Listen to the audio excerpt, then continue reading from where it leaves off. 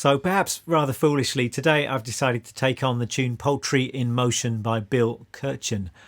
And this tune is a masterpiece of twangy chicken picking guitar by one of the all-time great Telecaster players. And I'm not claiming to have totally nailed this tune, but I have had a lot of fun trying to figure it out and trying to get the basics together. And Bill Kirchen, I think, one of those players it's impossible to totally get inside his style. He's a one-off, but the interesting thing for me really is to explore this tune and grab ideas and licks that then I can maybe tweak a little bit and incorporate into my own style. So I'm going to begin by playing through a little bit of the tune for you, and then I'll break down what's going on. Let's get started.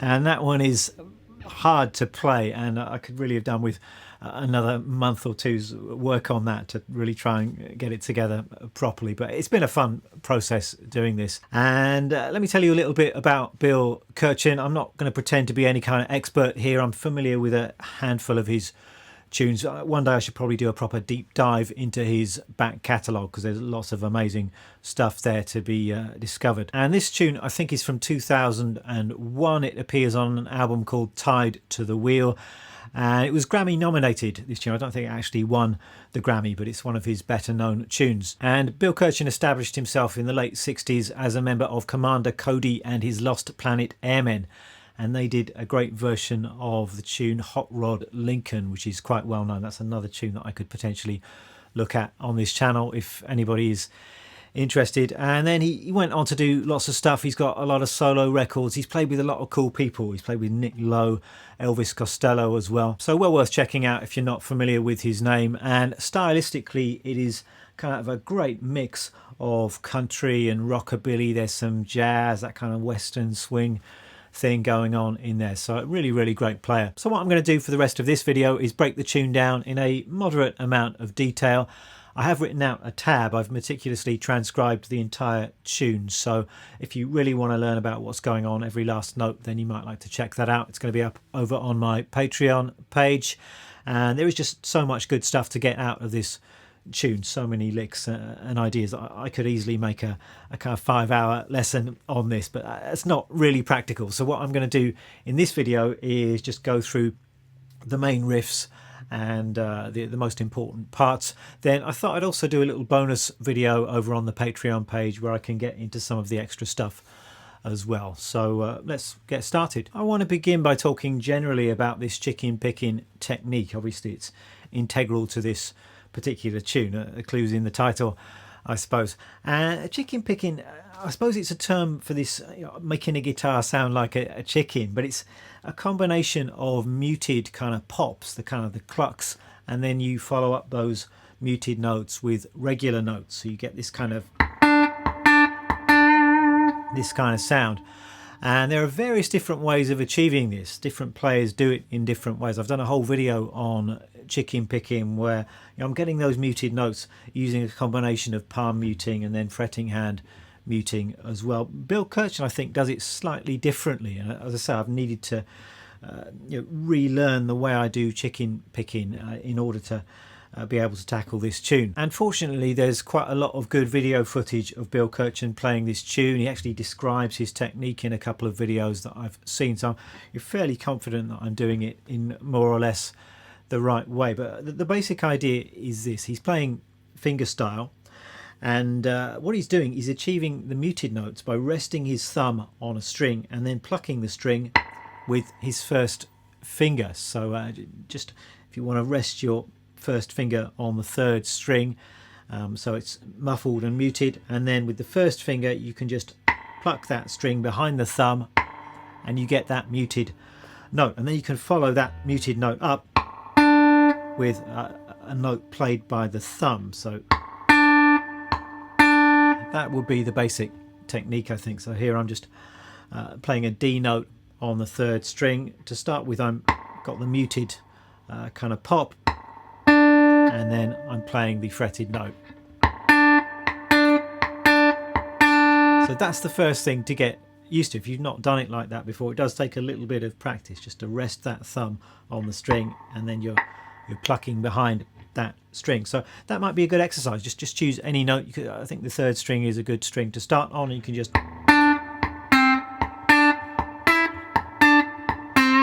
get the guitar kind of clucking like that. You could try playing a scale, maybe a G major pentatonic scale.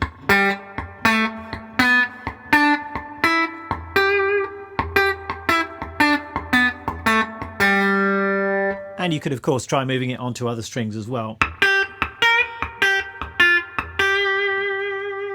And that seems to be the basic Bill Kirchen chicken picking technique. But I did find one video where he's talking about what I suppose is a variation on that technique, and it's considerably more difficult, and it took me a little bit of time to get my head around exactly what he's doing. But for those muted notes, he's actually playing artificial harmonics, which gives that cluck a kind of a little bit of harmonic content, which is a really cool sound. I'll try and describe as best I can what he's doing here. So we could begin by just resting the thumb once again on the third string, but you want to make sure that you're also touching the fourth string kind of with the side of the thumb, because we're going to be plucking the fourth string with the first finger. And if the thumb is kind of resting on that string, then you get this kind of artificial harmonic, depending on where your thumb is along the length of the string. So once again, the thumb is resting on the third string and the side of it is just touching the fourth string, and then your first finger is kind of crossing over the thumb and plucking the fourth string. So, very tricky technique, I think, to get the hang of, but that's the basic idea. So you've got the muted note with that slight harmonic, and then you can use your thumb to play the third string. So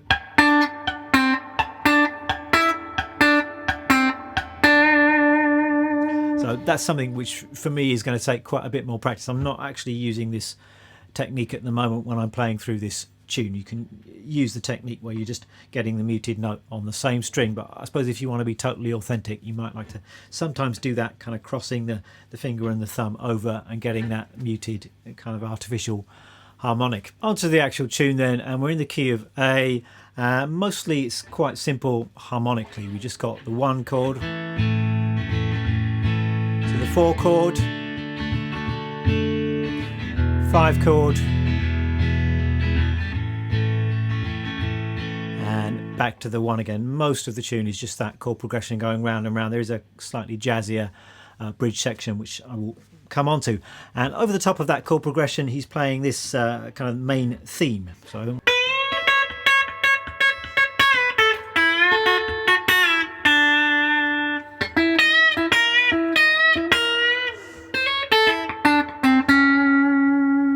and that opening lick is based on a classic country bending phrase that I've spoken about many times in my videos. We're bending up into the major third of the chord that we're playing over, in this case an A chord. So we're playing on the B string here, and the way I think about it is we've got our root note at the 10th fret here, and our second is at the 12th fret, and if we bend the second up a whole step, we hit that C sharp, which is the major third. So we're bending a B up to a C sharp, and on top we're holding down the 12th fret on the top string. This is the 5th, so got that a great kind of steel guitar style country sound. You can get a lot of mileage out of that simple idea.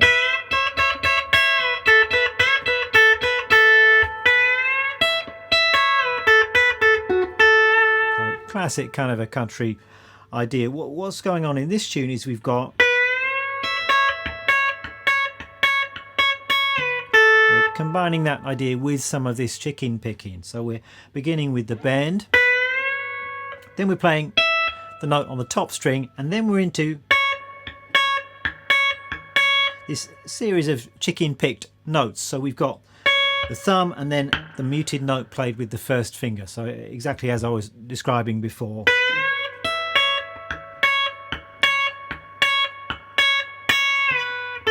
And then releasing the bend.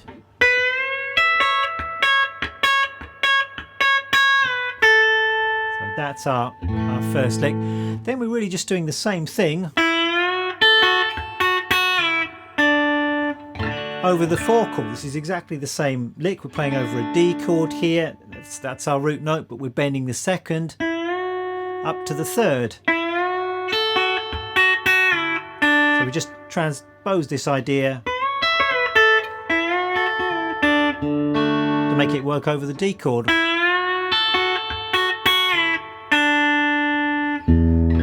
Then we're heading to the 5 chord, and he's playing this. So love this phrase. You know, he's not just doing. He could have just taken that same lick up 2 frets, but it's a little bit too predictable. So instead, he's doing this. So here we've got the root note of the 5 chord. This is an E, and then we're bending at the 11th fret on the top string and on the 2nd string. So we've got the root note here, then we're bending up from the 7th to the root, and then got that kind of flat 5 going up to the 5 on the B string, and we're throwing in some muted notes there as well. And then we head back to the 1 chord with this. So I would think about that lick as, you know, living in and around this A major bar chord shape. We're sliding from the flat 3rd up to the major 3rd, and then kind of coming down the chord shape, and then we're enclosing the major 3rd. So this C sharp is our 3rd. We're going above, below, and then hitting our target note. It's kind of a jazz technique which is very common, enclosing that chord tone. So that's our main theme. Then we repeat that. It starts off exactly the same.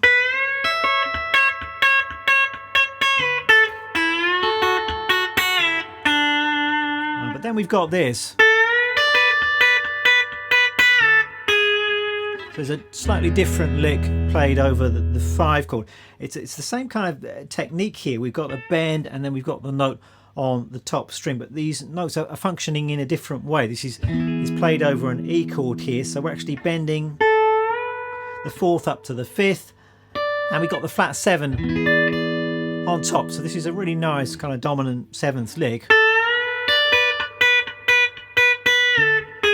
So my reference points for that lick would be thinking about the chord shapes. That's kind of an important thing that I want to bring across in this video. All of these licks are kind of stealable. You can use them in your own kind of improvisations and solos, but you need to know how to use them, and that's where these reference points are really useful. So for that opening phrase, I'm thinking about my root note and then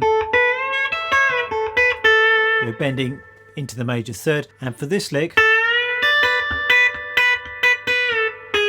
I'm relating it to this bar chord grip. So this is an E major or an E7, and I'm seeing that lick come right out of that shape.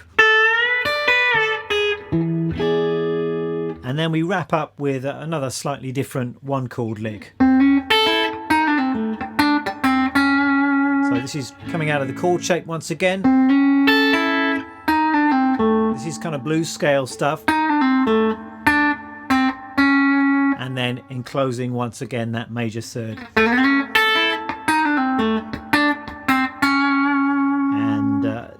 got some of those pops just in front of many of those notes.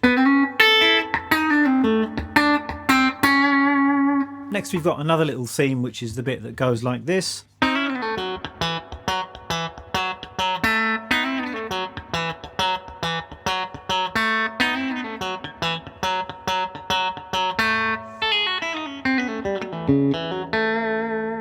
So this is, I'm thinking about it as coming from the A major pentatonic scale in the second position. So, and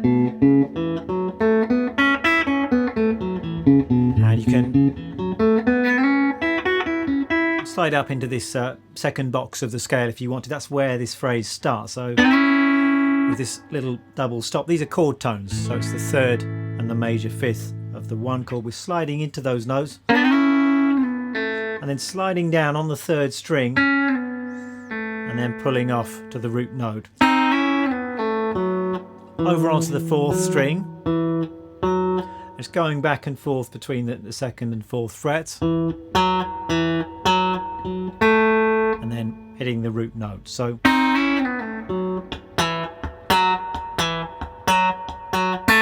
I've got some muted notes in there as well. It's the same technique, so I'm just resting my thumb and getting those pops with my first finger.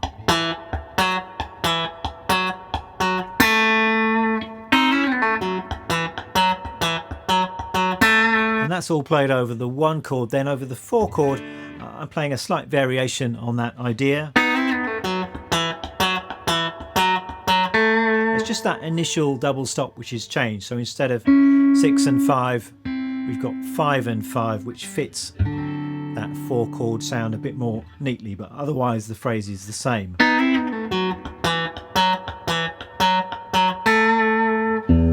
And then really I'm hearing the same thing over the 5 chord. Maybe a slight variation in some of those notes. If you listen closely to the recording, you should get some of those details, but that's the basic idea. Then it goes round again with some more variations. So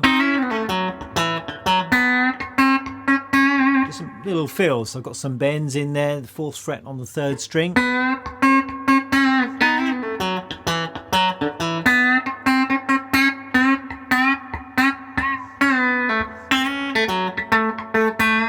then to round things off,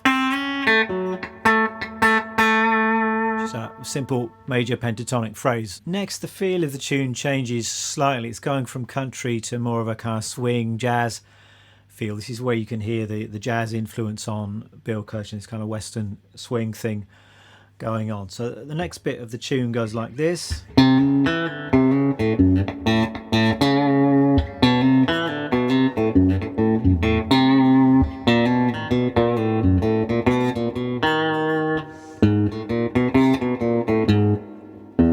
So lots of jazzy kind of chromaticism going on here, and I'm not going to shout out every single note. We'll be here all day, but you can slow down the video or do check out the tab if you want to get all of these details absolutely right. But that opening phrase, that's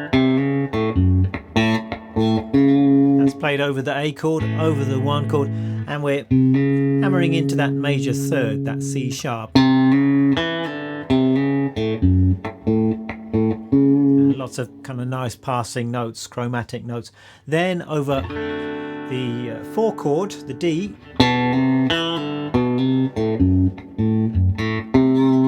we're kind of targeting that C note, which is the flat 7.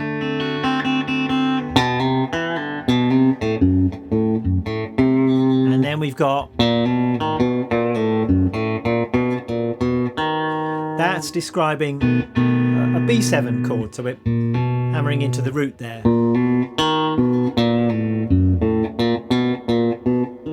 Really just lots of chromatic notes in and around the chord tones of a B7.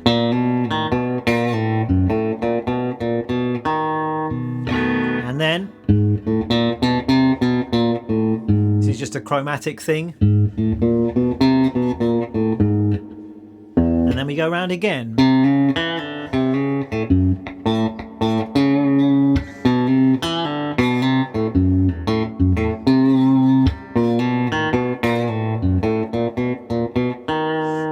We've got this lovely descending lick. Bill Kirchen describes this as the money lick in one of the performances I've seen him do of this. So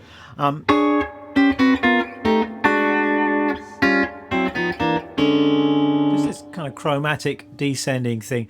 And the easy way to do this is just to take this shape and move it down the fretboard. This is what he does in a few of the videos that I've seen. So the shape is this. It's just 12 on the D, 13 on the G, and 14 on the B. It's a little kind of diagonal shape. I suppose you could see that as being the top part of an E13 chord. And then we're just taking it down the neck chromatically.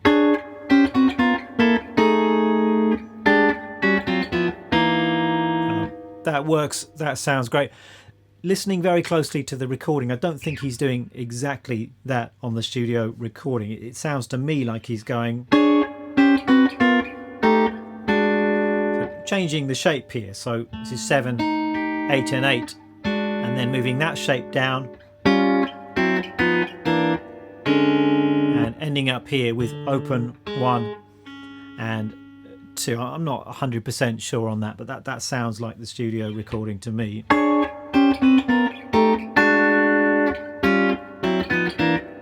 But either way, you can just take that one shape and move that down chromatically. That's going to sound just as good and work just as well. So up to you what you do there. Those, I think, are the main bits of the tune. We've got that main theme and then a kind of variation on the theme played down in this position, and that jazzy bridge section. Much of the rest of the tune is repetition of those themes with some nice fills and variations as well. And as I've said, I'm going to talk about those in a separate bonus video over on my Patreon page for those of you who are really interested in going deep with this one. Gear today, I am of course using my Telecaster. This is my trusty 52 reissue, which I've had for many years.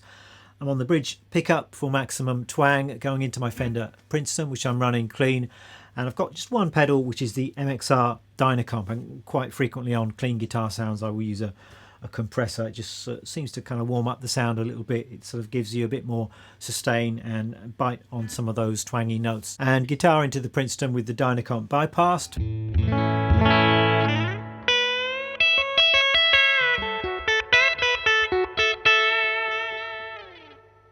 And turn on the Dynacomp.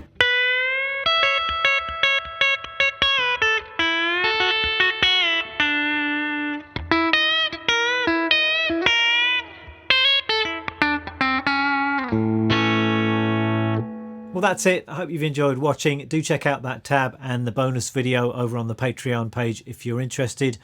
And let me know if you'd like to see a bit more Bill Kirchen. I don't actually know if I'm feeling brave enough to tackle another one of his tunes immediately, but may well look at something else at some point in the future. So let me know if you've got any suggestions, and I'll see you next time.